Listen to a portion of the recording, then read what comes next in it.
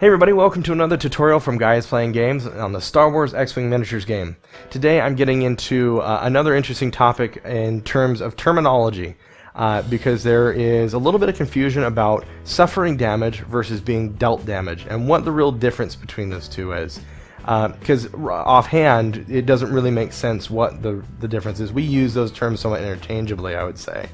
But I pulled out an FO TIE Fighter to explain this. Let's say that in the course of combat, your FO TIE Fighter is being attacked by whatever, and that your opponent's ship happens to roll 2 natural hits, which is great for him, good job.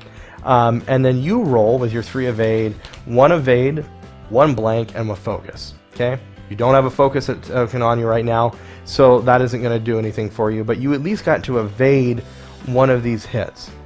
Now, when you're really thinking about when damage is inflicted and the right way to say things, you'll find some people are rather nitpicky about this. But it's really the end result that matters and you should focus on. When you say, I'm dealing damage to you, or you're suffering damage, that is the result after all the dice have been resolved.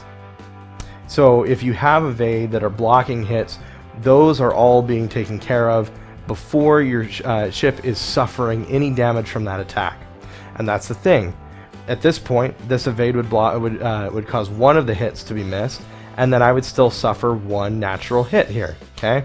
It would hit the shield, strip the shield off, and now the FO TIE Fighter is just down to his hull. Now let's get into dealing damage though, because this is a different scenario. I've got that shield back on the FO TIE Fighter, but he happened to be in the vicinity of a proton bomb when it activated and went off. The proton bomb says that any ship that is in the vicinity when it activates is dealt 1 face-up damage card. And instead of being blocked by the shield at some point, like a normal critical hit or regular hit would be, this subverts the shield entirely and does that crit directly to the hull value of the ship. Again, this is a pretty simple thing of not understanding terminology, and Fantasy Flight, I think, is trying to do a better job of making it clear in the cards themselves of whether the effect is suffering or causing the ship to suffer damage, or if it's being dealt damage that subverts the shield. But definitely something to pay attention to, because it really can make a big effect on the game if you're thinking that you can use your shields to block damage that normally you would not be able to. Hopefully this is helpful. Be sure to turn into our other tutorials and enjoy. Be sure to subscribe.